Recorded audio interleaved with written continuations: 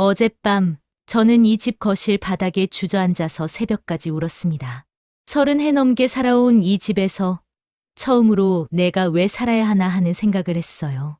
사흘 전이었습니다. 큰아들한테서 전화가 왔어요. 반가웠죠. 요즘 아들놈이 한 달에 한 번 전화하면 다행이거든요.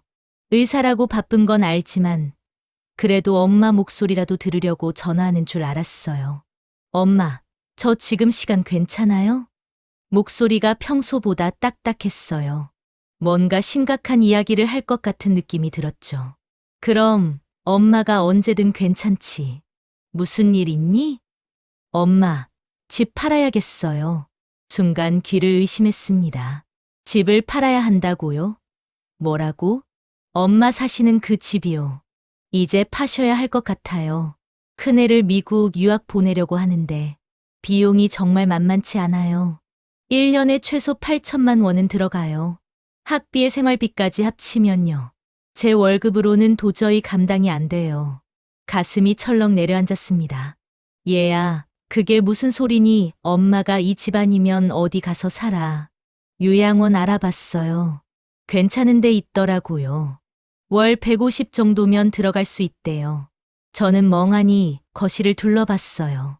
사진첩이 놓인 선반, 아들들 어렸을 때 키재기하던 문틀에 연필 자국, 명절 때마다 온 가족이 모여 앉던 식탁. 얘야, 이 집이 어떤 집인데? 목소리가 떨렸습니다. 엄마, 요즘 세상이 얼마나 빡빡한데요. 손주가 좋은 대학 가려면 미국 유학은 필수예요. 국내 대학 가면 경쟁력이 없어요. 제 친구 자식들은 벌써 다 유학 보냈어요. 그럼 나중에 보내든지 장학금을 받든지. 엄마는 세상 물정을 몰라요. 요즘 유학이 그렇게 쉬운 줄 아세요? 빨리 보내야 좋은 학교 갈 수 있어요. 지금 아니면 늦어요. 이 집은 그냥 집이 아니에요. 제 인생 전부가 담긴 곳입니다. 35살 때였어요. 친구 보증을 잘못 서는 바람에 하루아침에 빚더미에 앉았어요. 7천만 원. 그때 그 돈이 얼마나 큰 돈인지 아세요? 남편은 매일 술만 마셨어요. 내가 이럴 줄 알았으면 하면서 방바닥만 치고 앉아 있었죠. 그때 큰애가 8살, 작은애가 5살이었어요. 애들은 아빠가 왜 맨날 술 냄새를 풍기며 누워있는지도 모른 채 배고프다고 울어댔어요. 새벽 3시 반에 일어났어요. 4시면 시장에 도착해서 좌판을 깔아야 했거든요. 겨울이었어요. 손이 얼어서 물건을 제대로 잡을 수가 없었어요. 장갑을 껴도 소용없었죠. 추운 바람에 손등이 터지고 피가 나고 굳은 살이 박혔어요. 그렇게 10년을 했습니다. 하루도 쉬지 않았어요. 명절에도 생일에도 아파서 열이 나도 시장에 나갔어요. 큰애 중학교 입학식 날도 새벽에 나갔다가 겨우 시작하기 10분 전에 도착했었죠. 엄마, 다른 애들 엄마는 다 일찍 왔는데 큰애가 섭섭해하는 눈빛으로 저를 봤어요. 지금도 그 눈빛이 기억나요. 가슴이 찢어지는 것 같았지만 저는 아무 말도 할 수 없었어요. 엄마가 일 안 하면 너 학교 못 다녀. 엄마가 시장 안 나가면 오늘 저녁 굶어야 돼. 그런 말을 어떻게 8살짜리한테 하겠어요. 겨울엔 동상에, 여름엔 더위에 쓰러질 뻔한 적도 몇 번이었어요. 한 번은 비가 억수같이 쏟아지는데 물건을 다 챙기다가 그만 넘어졌어요. 무릎을 심하게 다쳤죠. 병원에 가야 했지만 안 갔어요. 병원비가 아까워서요. 그렇게 모은 돈으로 빚을 갚았어요. 10년 걸렸습니다. 그리고 또 5년을 더 일했어요. 이번엔 이 집을 사기 위해서요. 23년 전 이 집 계약서에 도장을 찍던 날을 잊을 수가 없어요. 부동산에서 나오면서 저는 그냥 주저앉아서 울었어요. 지나가는 사람들이 쳐다봤지만 신경 쓰이지 않았어요. 드디어 우리 집이 생겼구나. 애들한테 따뜻한 방을 만들어줄 수 있구나. 남편은 이미 그때 많이 아팠어요. 술을 너무 많이 먹어서 간이 나빠졌거든요. 그래도 그날만큼은 웃었어요. 여보, 고생했어. 당신이 아니었으면. 남편은 그 말만 하고 또 울었어요. 이사 온 첫날 밤, 저는 애들 자는 방을 한참 들여다봤어요. 드디어 제 집 제 방에서 자는 우리 아들들. 얼마나 예쁘던지. 엄마가 평생 이 집 지킬게. 너희들 결혼해서 힘들 때 언제든 돌아올 수 있는 집 만들어줄게. 그렇게 다짐했었어요. 큰애는 공부를 잘했어요. 밤늦게까지 책상 앞에 앉아있는 아이를 보면서 저는 더 열심히 일했어요. 좋은 참고서 사주고 과외비 대주려고요. 엄마, 저 의대 갈래요. 고등학교 2학년 때였나. 큰애가 그렇게 말했어요. 의대라니. 돈이 얼마나 드는데요. 하지만 저는 고개를 끄덕였어요. 그래, 해라. 엄마가 뒷바라지할게. 그때부터 저는 시장일 외에 저녁에 식당 설거지까지 했어요. 밤 11시에 끝나는 일이었어요. 집에 오면 12시, 씻고 자면 새벽 1시, 그리고 3시간 자고 다시 새벽 4시에 일어났죠. 허리도 아프고 무릎까지 심각했습니다. 큰애가 의대에 합격했을 때 저는 기뻐서 울었어요. 작은애도 열심히 했어요. 공부는 큰애만 못했지만 성실했습니다. 대기업에 취직했을 때 저는 또 울었죠. 이제 됐구나. 내 인생 목표를 다 이뤘구나. 두 아들 다 성공시켰으니 이제 편하게 살 수 있을 거라고 생각했어요. 작년 이맘때쯤 남편이 갑자기 쓰러져 병원에 갔더니 간암이었습니다. 말기였죠. 병원에서 석 달을 버텼어요. 큰애가 의사인데도 아빠를 살리지 못했어요. 남편이 죽기 전날 밤 제 손을 꼭 잡더니 그러더라고요. 여보, 미안해. 평생 고생만 시켰네. 애들한테 잘해달라고 해줘. 엄마 잘 모시라고. 저는 고개를 끄덕였어요. 말은 못했지만 울음밖에 나오지 않았어요. 장례식 날 아들들은 울었어요. 특히 큰애가 많이 울었죠. 아버지, 제가 효도도 못 해드렸는데 그때만 해도 저는 믿었어요. 우리 아들들이 저한테는 잘해주겠거니, 아빠 못 모신 거 미안해서라도 엄마한테는 잘하겠거니, 남편 없이 사는 게 이렇게 외로운 줄 몰랐어요. 집이 너무 넓었죠. 혼자 살기엔요. 옆에 남편이 없으니 밤에 잠을 이룰 수 없습니다. 35년을 같이 잔 사람이 없으니까요. 큰애한테 전화했어요. 얘야, 엄마가 요즘 좀 외로워서 이번 주말에 시간 되니? 엄마, 저 이번 주말 학회 있어요. 다음에 뵐게요. 다음 주말에도 바빴어요. 그 다음 주말에도요. 작은애한테도 전화했죠. 엄마, 저 이번 주말에 처가 가야 해요. 장모님 생신이래요. 장모님 생신은 가면서 친정어머니 외로운 건 왜 몰라줄까요? 그래도 참았습니다. 애들 바쁜 거 아니까요. 그러다 추석이 됐어요. 작년 추석, 남편 죽고 처음 맞는 명절이었어요. 아들들이 다 온다길래 저는 일주일 전부터 준비했어요. 갈비찜 만들고, 잡채 만들고, 동그랑땡 부치고. 손주들 좋아하는 거 다 만들었어요. 명절 아침, 큰애네 가족이 먼저 왔어요. 엄마, 안녕하세요. 큰며느리가 인사를 했어요. 근데 표정이 좀 이상했어요. 뭔가 불편해하는 것 같았죠. 밥을 먹는데 큰며느리가 손주들한테 그러더라고요. 애들아, 많이 먹지 마. 나중에 외갓집 가서도 먹어야 해. 외갓집은 또 가요? 여기서 먹고? 밥을 다 먹고 나서 제가 설거지를 하려는데 큰며느리가 따라 들어왔어요. 어머님, 왜, 무슨 일 있니? 저 할 말이 있어요. 뭔가 심상치 않았습니다. 어머님, 이제 편하게 사세요. 저희한테 너무 의지하지 마시고요. 어머님도 어머님 인생 사셔야죠. 순간 숨이 막혔어요. 저희도 살기 바빠요. 솔직히 어머님 모시기 힘들어요. 저희 애들 유학 준비하는 것도 벅찬데 제가 언제 의지했나요? 저는 아무 말도 못했어요. 며느리는 나가버렸고요. 작은 애네도 왔어요. 작은 며느리는 좀 나을 줄 알았는데 어머니, 애들 영어 캠프 보내려고 하는데 100만 원만 빌려주시면 안 돼요? 다음 달에 꼭 갚을게요. 다음 달에 갚은 적이 한 번도 없었지만 저는 또 줬어요. 그날 저녁 아들들은 일찍 갔어요. 엄마, 우리 일찍 가볼게요. 처가도 가야 해서요. 넓은 집에 저 혼자 남았습니다. 차례상에 올렸던 음식들이 그대로 남아 있었어요. 아무도 안 먹었거든요. 외갓집 가서 먹어야 한다면서요. 저는 남편 죽은 후 그날 처음으로 울었어요. 그러다 지난 4월이었어요. 울면서 작은애한테서 전화가 왔어요. 엄마, 나 큰일 났어.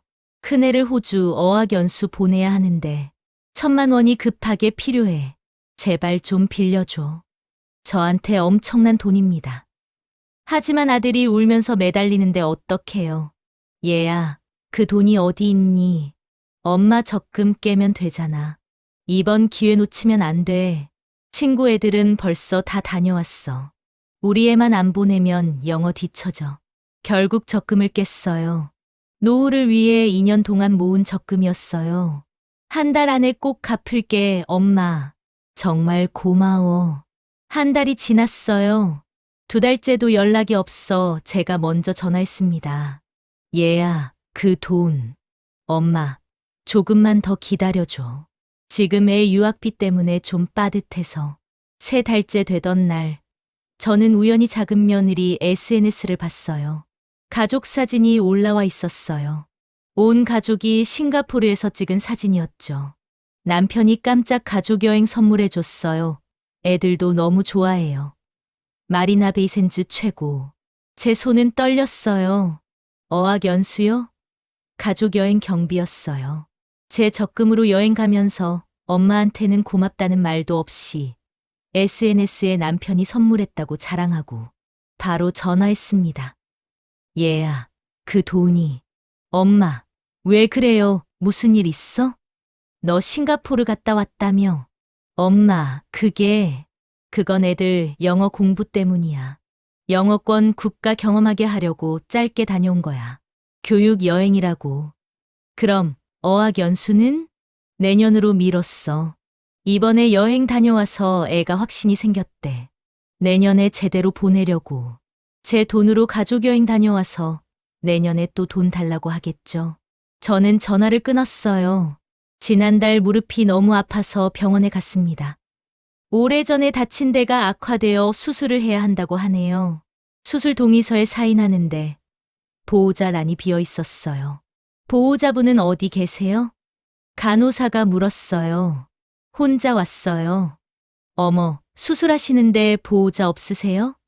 자녀분들은? 일 때문에 바빠서요. 간호사가 안쓰러운 표정으로 저를 봤어요. 큰애한테 전화했어요. 얘야, 엄마가 내일 무릎 수술하거든. 엄마, 내일 큰 수술 잡혀 있어요. 정말 못 빠져요. 미안해요. 작은애한테도 전화했죠. 형이 못 가면 내가 와야지. 엄마 혼자 수술 받는데. 엄마, 저 내일 중요한 프레젠테이션 있어요. 애 유학 서류 준비도 해야 하고. 정말 바빠요. 결국 혼자 수술 받았어요.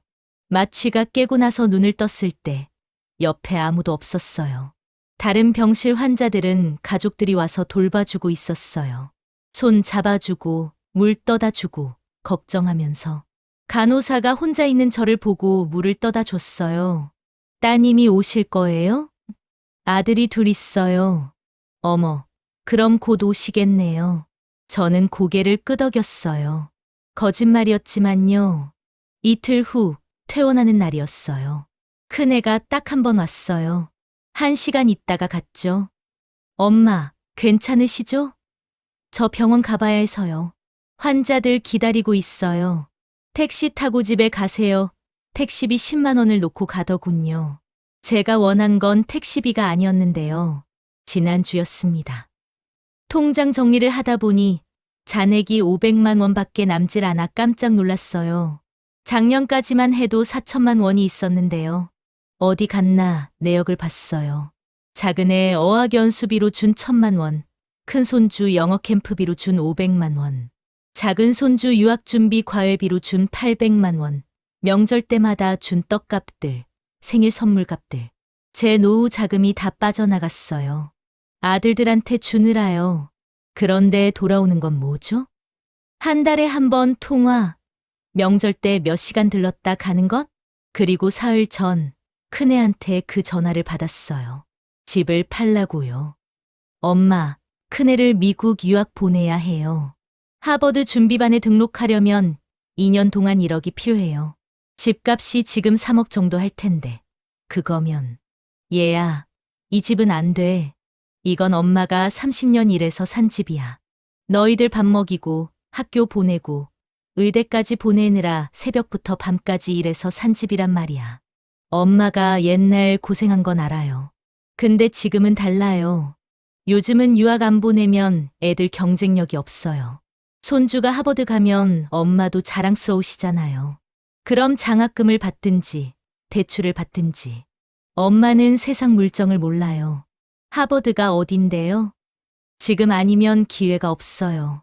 제 친구들은 벌써 애들 다 보냈어요. 우리 애만 못 보내면 평생 후회할 것 같아요. 저는 웃음이 나왔어요. 너는 유학 갔니? 엄마가 그렇게 유학비 대줬니? 그때랑 지금이 다르잖아요. 뭐가 달라? 엄마는 내 대학 등록금 대려고 밤늦게까지 식당에서 설거지했어. 손이 얼어터져도 참고 일했어.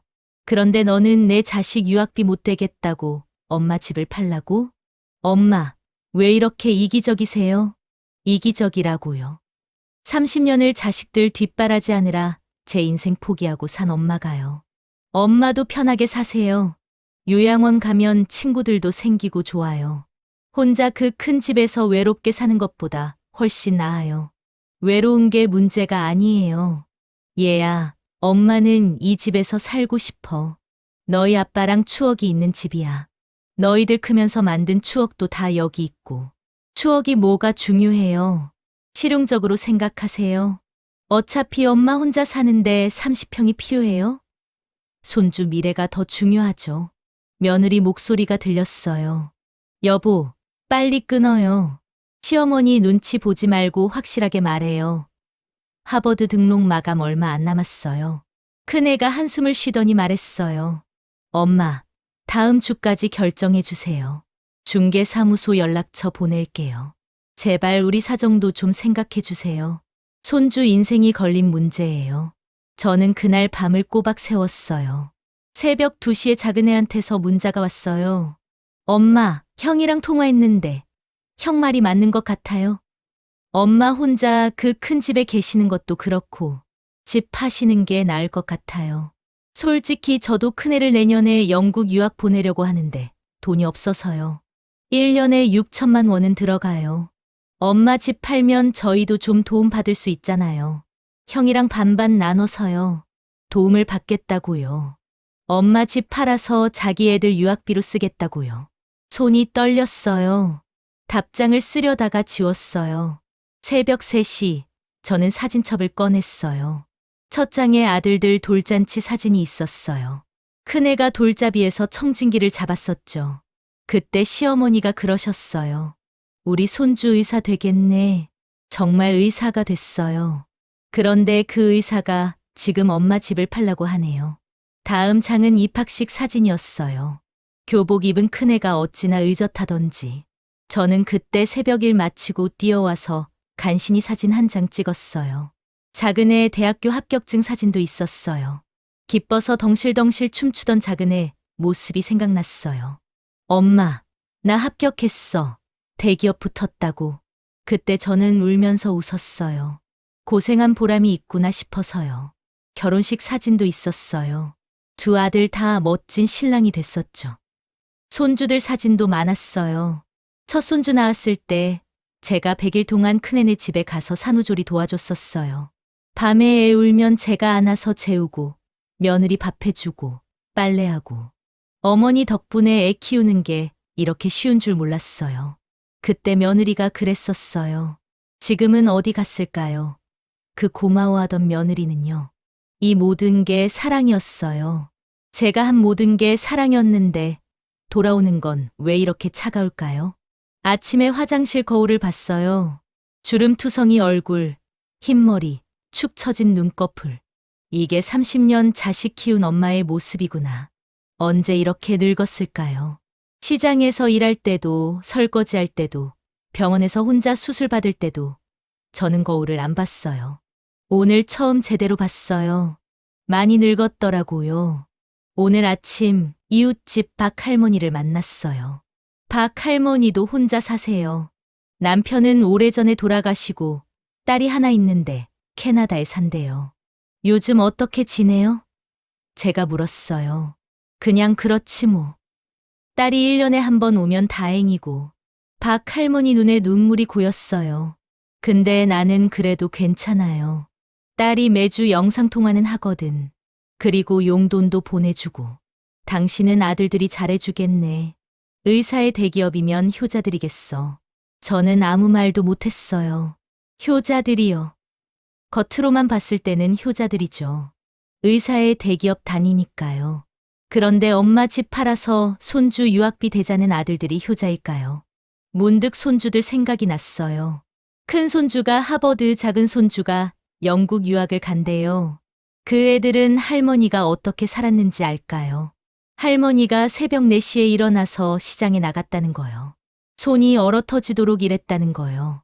그렇게 모은 돈으로 아빠를 키웠고 그 아빠가 지금 할머니 집을 팔아서 자기들 유학비를 대려고 한다는 거요. 나중에 그 애들이 크면 알까요? 할머니 집이 있었는데 우리 유학비 때문에 팔렸대. 그럼 그 애들은 어떤 생각을 할까요? 고맙다고 할까요? 아니면 미안하다고 할까요? 아마 아무 생각도 안 할 거예요. 그냥 당연하게 여길 거예요. 지금 제 앞에 중개사무소 명함이 놓여 있어요. 큰애가 보낸 문자에 적힌 번호예요. 다음 주까지 결정해 주세요. 하버드 등록 마감 임박했어요. 다음 주가 이틀 남았어요. 전화를 해야 할까요? 이 집을 팔아야 할까요? 30년 제 인생이 담긴 이 집을요. 새벽에 일어나 시장 나가던 날들, 손이 얼어 터지던 겨울들, 허리 아픈 거 참고 설거지하던 밤들. 그 모든 날들의 결과인 이 집을요.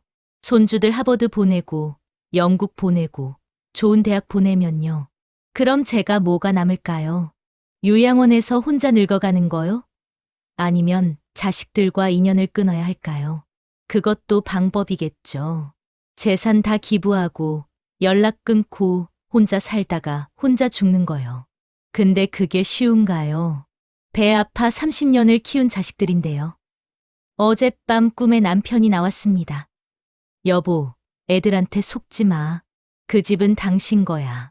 평생 고생해서 산 집이잖아. 꿈에서 남편이 울고 있었어요.